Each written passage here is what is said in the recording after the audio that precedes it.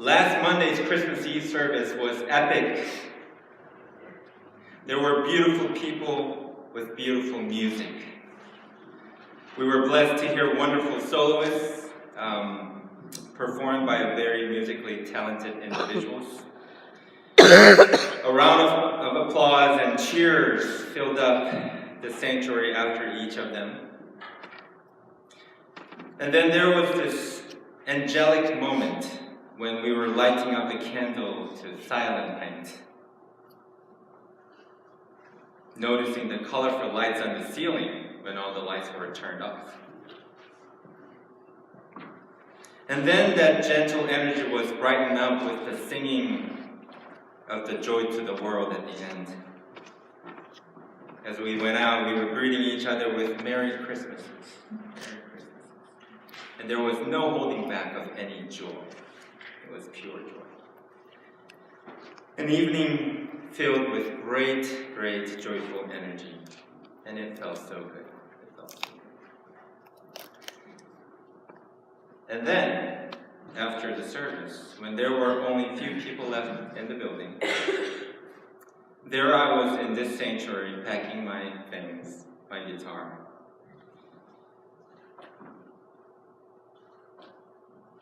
Everything became so silent.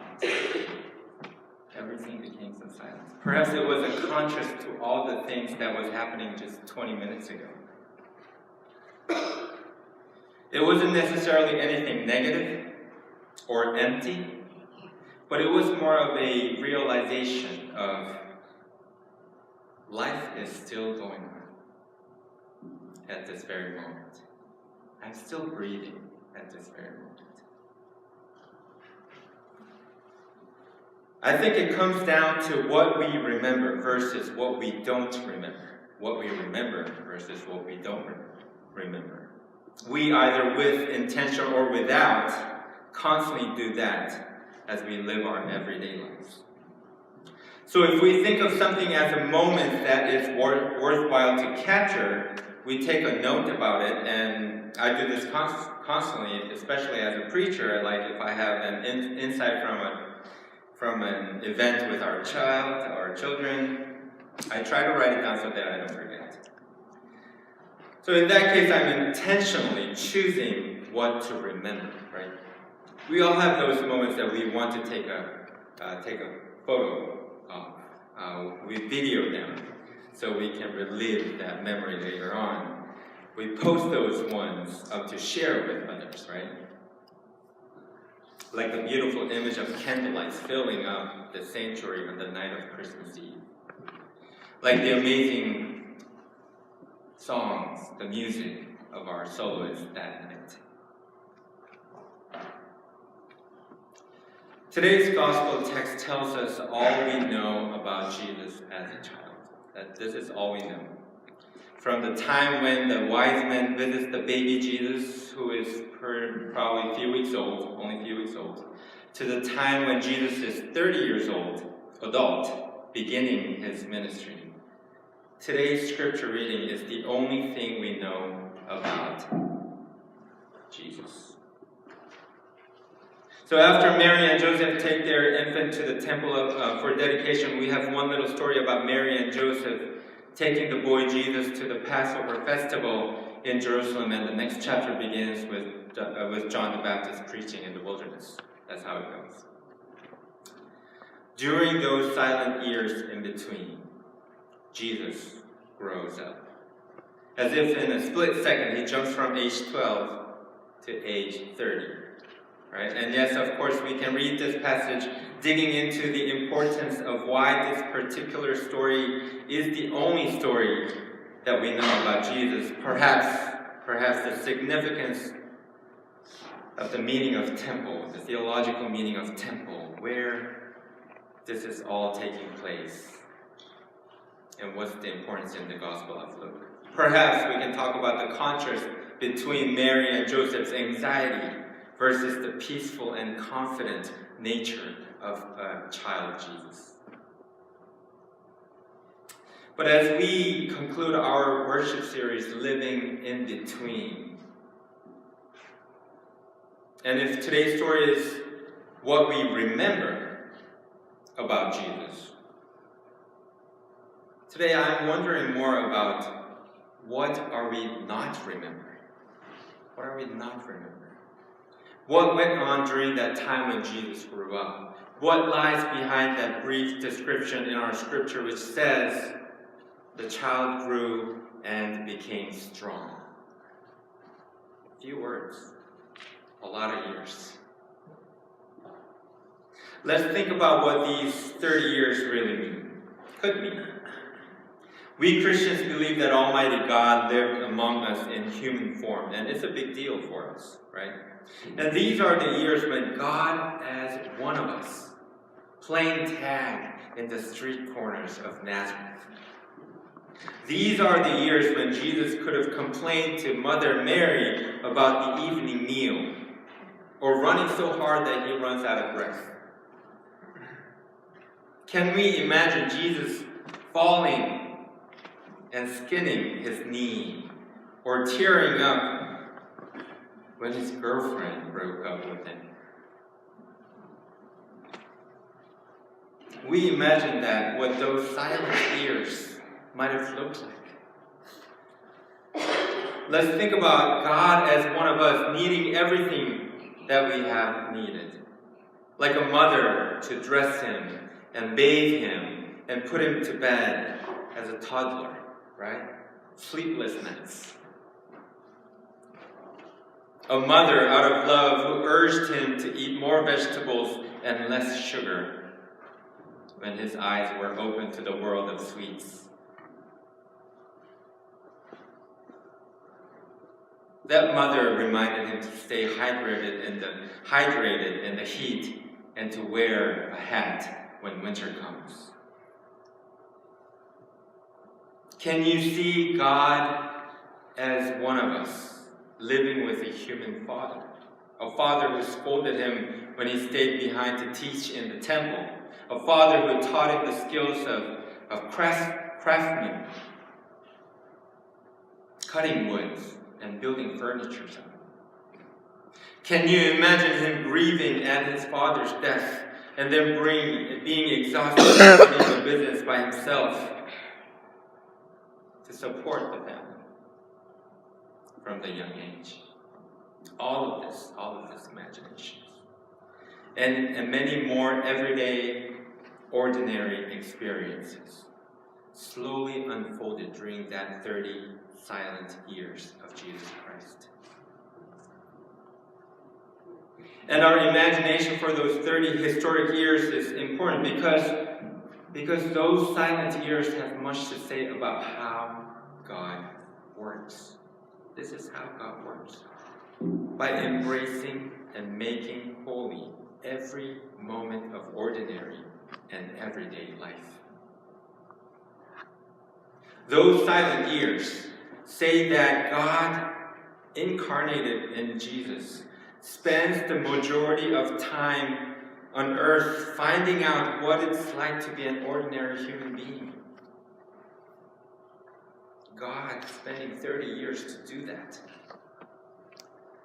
Understanding what being a human is like. And there's a message there for us who live in this quick fix, immediate results, instant, computer type of world. Something we should keep in mind, especially this week, as we will be tempted to make immediate resolutions to change our habits for the new year. And another message that these silent years in between the promise and the fruitfulness is that God takes time before acting. God takes time before acting. God's movements in human history are rarely sudden. God does not create change overnight, and God rarely changes people that quickly either. Salvation is never a quick fix, but it is a journey, a lifelong journey. And I experience this a lot when I sit down with a family when I plan for a funeral. Whenever they tell me about their loved one who passed, they usually don't go too far back. They usually tell me about the last moments at the hospital or the last few years just before being hospitalized. Sometimes it takes a very intentional effort to push their memories further back to tell me about their mother or father before they were their father or mother. What were they like as a daughter or a son? What were they like as a teenager? And I remind them that this celebration of life is about honoring your loved one's life, not just in their last moments, but as a whole, from day one to the last day. So we remember that message. God takes time before acting. After the sermon, we'll have an opportunity to welcome 7 new members to Trinity. And they've faithfully gone through a 6-week-long study. We've never done that before. 6-week-long study together since the beginning of November. And it's been a great journey. Aside from the load of information that they had to read and learn about the United Methodist Church and Trinity United Methodist Church, my favorite part of that journey was simply the time we spent together for an hour each Sunday for 6 Sundays to learn about each other. And then I thought, this is great.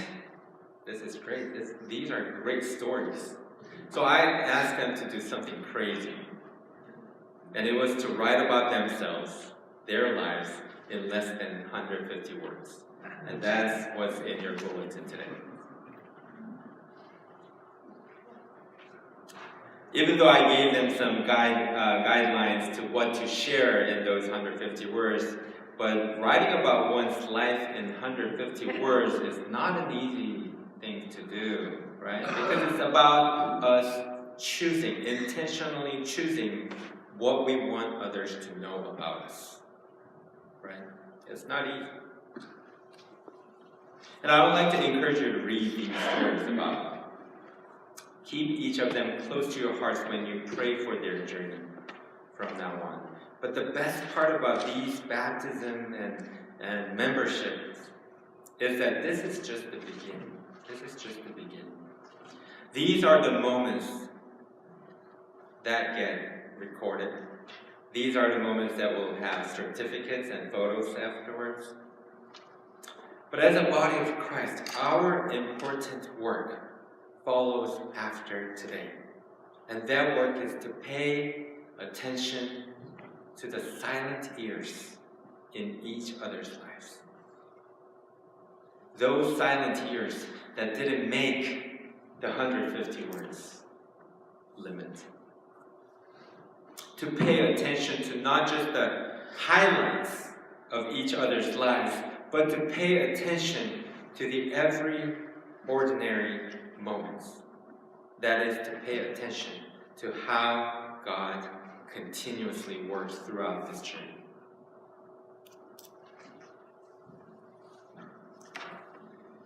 We have about 37 hours left in 2018. 37 hours to go in 2018. If you look back at this year, I'm sure there were special moments that will be memorable to you, right? But remember that there were those in-between days that were not recorded on paper into your memory, like Jesus' 30 years of life. The time between Thanksgiving and Christmas, time between Christmas and New Year, and it goes on. The in-between times, remember those times. So imagine being by yourself in this sanctuary after all the highlights of the Christmas Eve service. It's silent. It's very silent. But you can hear something. And that's the sound of silence. And that is God slowly growing within that silence. The good news for us on this first Sunday after Christmas, as we look toward a new calendar year, is that God will be always present to us in our silent ears. And that's how we will end our Living in Between worship series, by embracing that silent ears. And for that healing and loving presence of God, for that Emmanuel, we give thanks to God. Amen.